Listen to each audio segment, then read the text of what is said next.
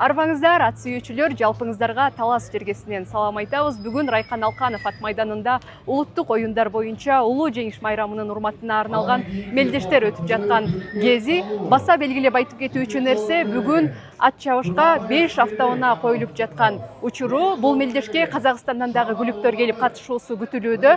Бүгүнкү жеңүүчү аргымактар көчмөндөр оюндарына жолдомо алмакчы. Алдыда жеңүүчүлөр менен дагы тааныштырууга аракет кылабыз. Биринчиден ушу жалпы журтубузду 9 май майрамы менен куттуктап кетким келет. Андан тышкары бүгүн улуттук мамлекет тарабынан, улуттук дирекция тарабынан комплекстүү иш-чара болуп атат. Анын ичинде биз да Аргымак ат чабыш федерациябызда өз мелдештерди өткүзөбүз. Кудай буйрса бүгүнкү мелдеште баса белгилей турган жагыбыз бул бүгүнкү ийгилик жараткан аттар. Ал эми топтон Аламан байгеден, Кунан байгеден уткан биринчи, экинчи аттар көчмөндөргө түзмө-түз жолдомо алышат. Андан тышкары дагы бир чоң тарыхый учур. Бүгүн биздин ушу баш байгелерибизге жаңы автоунaalар сайлап атат. Бул биздин ат чабышыбыздын жаңы деңгээлге чыгып аткан десек болот.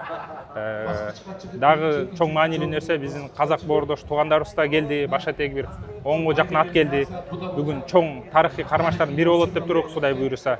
Эң негизгиси ушу кырсыгы жок, аттарыбыз мүдүрүлбөй, балдарыбыз жыгылбай, жакшы өтсө деген тилектебиз. Ошого толук аракет жасап атабыз. Кандай болуп мындай чоң байгелерге мүмкүнчүлүк түзүлүп калды? Көпчүлүккө маалым болгондой, баягы биздин мамлекетибизде акыркы 5 жылда аябай өзүңүздөр байкагандай ар дайым болбосо да бирок колдоого алынып келатат. Баш байгелерге, Аламан чабыштарга батирлер сайлагандарды кездештирсе болот. Ушуга президентибиз да баш болуп мындай чоң байгелер сайып берип аткан. Анан мынакей акыркы жылдары федерацияда туруктуу иш алып барып, буйруса былтыр жаңылбасам майдын ичинде Талас кубогу аттуу чоң мелдеш өткөн. Ал жерде да байге фонду 100 000 доллар түзгөн. Ошодон бери мынакей өнүгүү жолунда келе атабыз, Кудай буйруса. Кече Ноорус майрамы өттү. Ал жерде да байге жакшы болду. Азыр эми бул жерде бая мындай айтканда, бул ат чабыш улуттук биздин оюнубуздун төрүндө турган оюндардын бири. Буну биз мыкты деңгээлде өнүктүрүшүбүз керек. Анан кийинки муунга татыктуу өткүзүп беришибиз керек. Ошого колго кол, бутка бут болгон биздин Кыргыздын эре заматтары аз эмес, көп. Бүгүнкү күндө ошол жигиттерибиз, демирчилерибиз ушул ат чабышыбызды көтөрүп, чоң дем күч берип аткан кези.